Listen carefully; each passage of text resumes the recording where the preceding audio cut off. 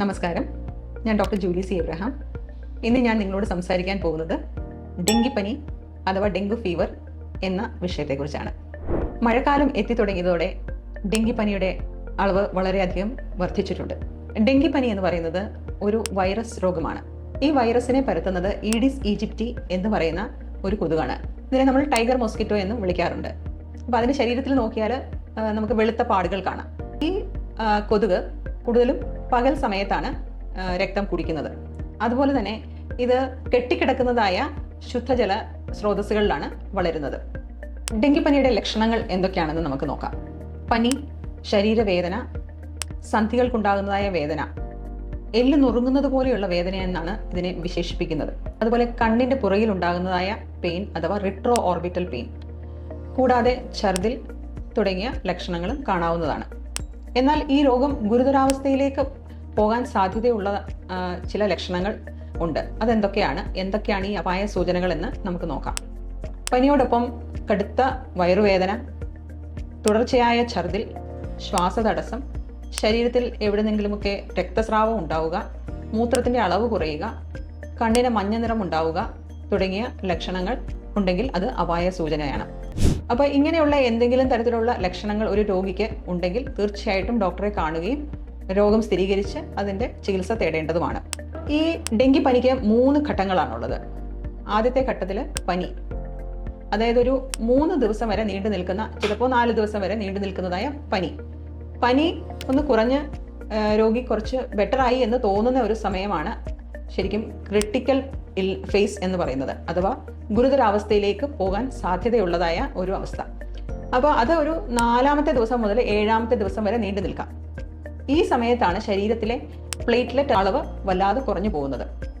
അപ്പോൾ ഈ പ്ലേറ്റ്ലെറ്റിൻ്റെ അളവ് വളരെയധികം കുറഞ്ഞാൽ മാത്രമേ നമുക്ക് അതിനകത്ത് പ്രത്യേകിച്ച് എന്തെങ്കിലും ചെയ്യേണ്ടതുള്ളൂ. അതുപോലെ പ്ലേറ്റ്ലെറ്റിൻ്റെ അളവ് ഒരു 50,000 ഒക്കെ താഴേക്ക് പോവുകയാണെങ്കിൽ തീർച്ചയായിട്ടും അഡ്മിറ്റായി നമ്മൾ ഡെയിലി പ്ലേറ്റ്ലെറ്റിൻ്റെ അളവ് നോക്കേണ്ടതാണ്. അപ്പോൾ അതുപോലെ തന്നെ ഈ സമയത്ത് നമ്മുടെ രക്തത്തിൽ നിന്നും പ്ലാസ്മ ലീക്ക് ചെയ്ത് നമ്മുടെ ശ്വാസകോശത്തിൻ്റെ ആവരണം, അതുപോലെ തന്നെ നമ്മുടെ കുടലിൻ്റെ ആവരണം, ഇതിലൊക്കെ നീർക്കെട്ട്, വെള്ളക്കെട്ട് പോലെ ഉണ്ടാകുവാനായിട്ട് സാധ്യതയുണ്ട്. അതുപോലെ തന്നെ ബ്ലഡ് പ്രഷർ ആ സമയത്ത് കുറഞ്ഞു പോകാൻ സാധ്യതയുണ്ട്.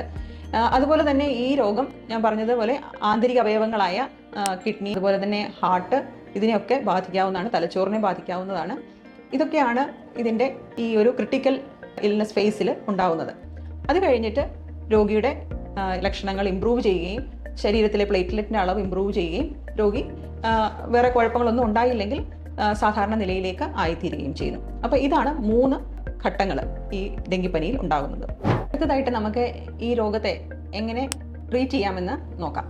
ഡെങ്കിപ്പനിക്ക് നമുക്ക് സ്പെസിഫിക് ആയിട്ട് ഒരു ട്രീറ്റ്മെൻറ്റ് അവൈലബിൾ അല്ല. എന്നാൽ ഈ രോഗം ബാധിച്ചവർ റെസ്റ്റ്, അതുപോലെ നല്ലപോലെ വെള്ളം കുടിക്കുക, നല്ല ന്യൂട്രീഷ്യസ് ആയിട്ടുള്ള സമീകൃത ആഹാരം കഴിക്കുക, പഴങ്ങൾ, പച്ചക്കറികൾ എന്നിവ കഴിക്കുക തുടങ്ങിയവ ചെയ്യാവുന്നതാണ്. ഞാൻ പറഞ്ഞു, രോഗത്തിൻ്റെ ആ ഒരു ക്രിട്ടിക്കൽ ഫേസിലേക്ക് മാറുന്ന സമയത്ത് ശരീരത്തിലെ പ്ലേറ്റ്ലെറ്റിൻ്റെ അളവൊക്കെ കുറഞ്ഞു പോകാൻ സാധ്യതയുണ്ട്.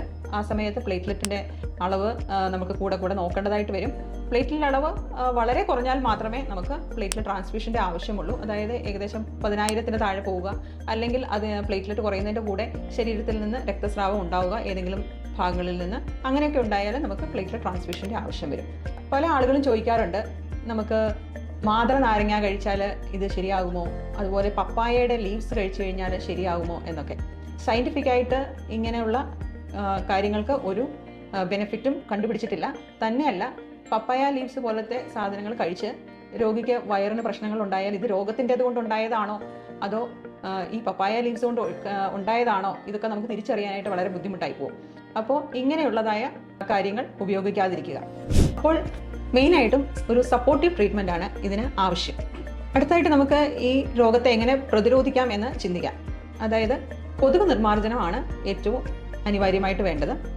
അതുപോലെ തന്നെ സ്വയം രക്ഷയ്ക്ക് വേണ്ട, അതായത് കൊതുകിൽ നിന്നും നമുക്ക് സ്വയം രക്ഷ നേടാനുള്ളതായ മാർഗങ്ങൾ അവലംബിക്കുക. അപ്പോൾ ഡെങ്കിപ്പനിയുടെ ലക്ഷണങ്ങൾ ആർക്കെങ്കിലും പ്രകടമായാൽ ഉടൻ തന്നെ ഡോക്ടറെ സമീപിക്കുകയും ചികിത്സ തേടുകയും ചെയ്യേണ്ടതാണ്. നന്ദി, നമസ്കാരം.